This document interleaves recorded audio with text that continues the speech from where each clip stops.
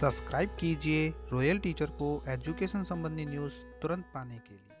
तबादला नीति से ही होंगे शिक्षकों के तबादले, होगा विशेष श्रेणी शिक्षकों को राहत देने का प्रावधान। तबादला नीति का ड्राफ्ट हुआ तैयार, तबादलों के लिए आवेदन है 85,000।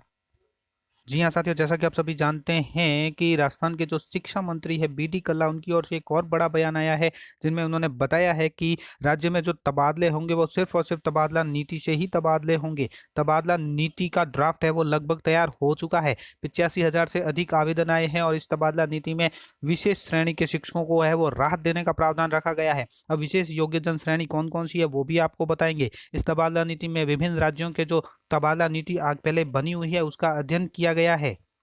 बात करें तबादला नीति का, तो तबादला नीति का ड्राफ्ट तैयार। विधवा, परित्यक्ता, गंभीर रोगियों, विशेष श्रेणी शिक्षकों को राहत देने का प्रावधान। डॉक्टर कल्ला, तृतीय श्रेणी शिक्षकों के तबादले तबादला नीति के अनुसार ही किए जाएंगे। शिक्षा विभाग ने 3 महीने पहले तबादलों के लिए ऑनलाइन आवेदन लिए थे, जिसमें तृतीय श्रेणी शिक्षकों के 85,000 आवेदन आए हैं।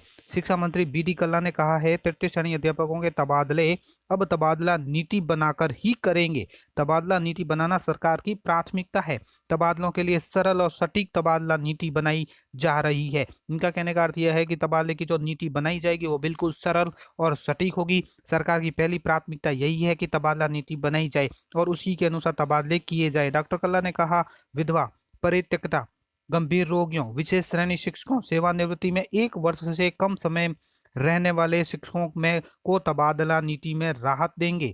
तत्कालीन शिक्षा मंत्री राज्य मंत्री गोविंद सिंह डोटासरा ने तबादला नीति बनाने की बात कही थी, लेकिन स्कूल लेक्चरर, प्रिंसिपल और ग्रेड 2 शिक्षकों के तबादले बिना तबादला नीति बनाकर ही कर दिए गए थे। सीकर जिले के करीब 7,000 शिक्षकों गृह जिले में आने के लिए आवेदन किया है, लेकिन सीकर में इतने पद खाली नहीं है। सीकर जिले में तृतीय श्रेणी शिक्षकों के करीब 1370 पद खाली है। देश में वर्तमान में आंध्र प्रदेश, गुजरात, कर्नाटक, केरल में शिक्षकों के ट्रांसफर के लिए तबादला नीति बनी हुई है। यानी उन्होंने ये भी बताया है कि देश में अलग अलग राज्यों में तबादला नीति जो बनी हुई है, जहां आंध्र प्रदेश, गुजरात, कर्नाटक और जो बनी हुई है उसमें से गुजरात का उदाहरण लिया है कि गुजरात में एक शिक्षक अपने पूरे सेवा काल में 2 बार पारस्परिक ट्रांसफर यानी तबादला करवा सकता है। इसी प्रकार एक बार ट्रांसफर होने के बाद 2 साल से पहले तबादला नहीं करवा सकते। सेवानिवृत्ति से 1 साल कम वाले शिक्षक अपने गृह जिले में तबादला करवा सकते हैं। इसी प्रकार जो आंध्र प्रदेश है उसमें सिर्फ ग्रीष्मकालीन अवकाश में तबादले किए जाते हैं। वर्तमान गहलोत सरकार ने शिक्षा विभाग के पूर्व निदेशक ओंकार सिंह जाट के नेतृत्व में कमेटी गठित की थी। 2 बार कोई नीति नहीं बन पाई। तृतीय श्रेणी अध्यापकों के तबादले 2018 में हुए थे।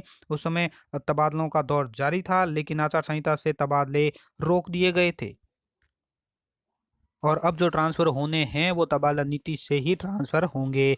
धन्यवाद साथियों, उम्मीद है ये वीडियो आपको पसंद आई होगी। वीडियो पसंद आए तो जरूर लाइक, शेयर और सब्सक्राइब कीजिए। पास में आने वाले घंटी के बटन को जरूर दबाएं।